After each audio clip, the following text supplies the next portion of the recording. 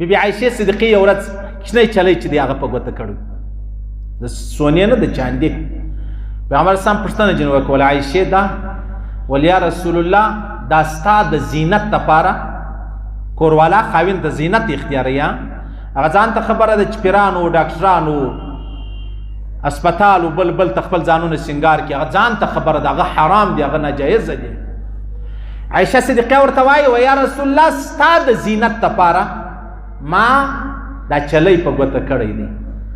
پیغمبر علیه السلام ورته فرمایي وایي ته د دې زکات ورکوې دی ول یا رسول الله د دې چلي زکات ول یا نه مې دی ورکړی پیغمبر علیه السلام و عایشې صدیقې ته وایي عایشې دا وایي ها وایي ستا د جهنم دپاره دغه یو چلی کافي دی یو چلی عایشه صدیقیه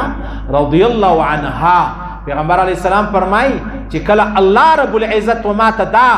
وویل یا زه خبر سو مسند امام اعظم حدیث نقل کړی دی چې په جنت کې به عایشه زما ملګرې یې وایي بیا زما عمر ته وار نه دی خطا سوی زما د مرګ وارخطایي ختمه سوله دلته پیغمبر علیه السلام فرمایي ستا یو چلی تا زکات نه دی ورکړی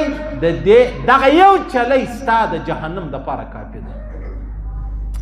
پیغمبر علیه السلام فرمایي کومې زنانې د خپلو غاړګۍ هار امیل په غاړه کړي زکات نه ورکوي یا د هغه رقم میخک راواخله یا غوږوالي راواخله د الله رسول فرمایي د قیامت په ورځ به د دې په غاړه باندې اور د دې په پزه کې به هغه بیا د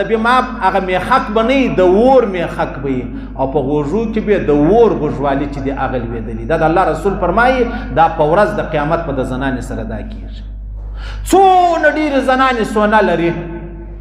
په مسله یې سر نه اخلاص بیا چې کله د زکات ټیم راورسېږي ټول سره حیران پریشانه دورې ګرځي چې عایشه صدیقیه د یوه چلي د سپینو زرو د الله رسول ورته فرمایي ستا د جهنم دپاره کافي دی نو چې دا زنانې کوم سونه د دې سره ورسره ده نو د هغه دپاره بیا څنګه خبره وي چا په 15 کاله چا په 10 کاله چا په 20 کاله چا په 10 کاله زکات نه دی ورکړی دا به څنګه خبره وي نو دا فرض دی زکات یو سړی لمونځ نه قضا کوي پر ما فرض دی نو خو زکات هم پر دغه رقم فرض دی هغه ولې قضا کوي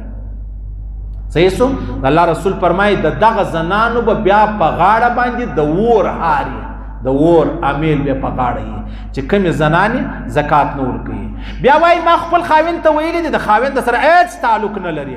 لکه څنګه ته لمونځ کوې د خاوند سره تعلق نه لري دا ستا زکات هم د خاوند سره تعلق نه لري که ته دا وایې چې یاره 1000 روپۍ نه لرم په زکات کې زه چیش ورکمه ته به راولاړېږه دا خپلې سونې څه به شی خرڅوې هغه به په زکات کې ورکوې په دې سړی نه خلاصېږي بیا خلک وایي وایي یاره دا خو دا سونه چې د هغه د استعمال دپاره ده د سونې و د رقم د روپۍ فرق نشته روپۍ که د استعمال دپاره وې که پرتې ولې که د کاروبار دپاره وې زکات ورباندې سته سونه هم دغسې د چاندي هم دغسې دی که د استعمال دپاره و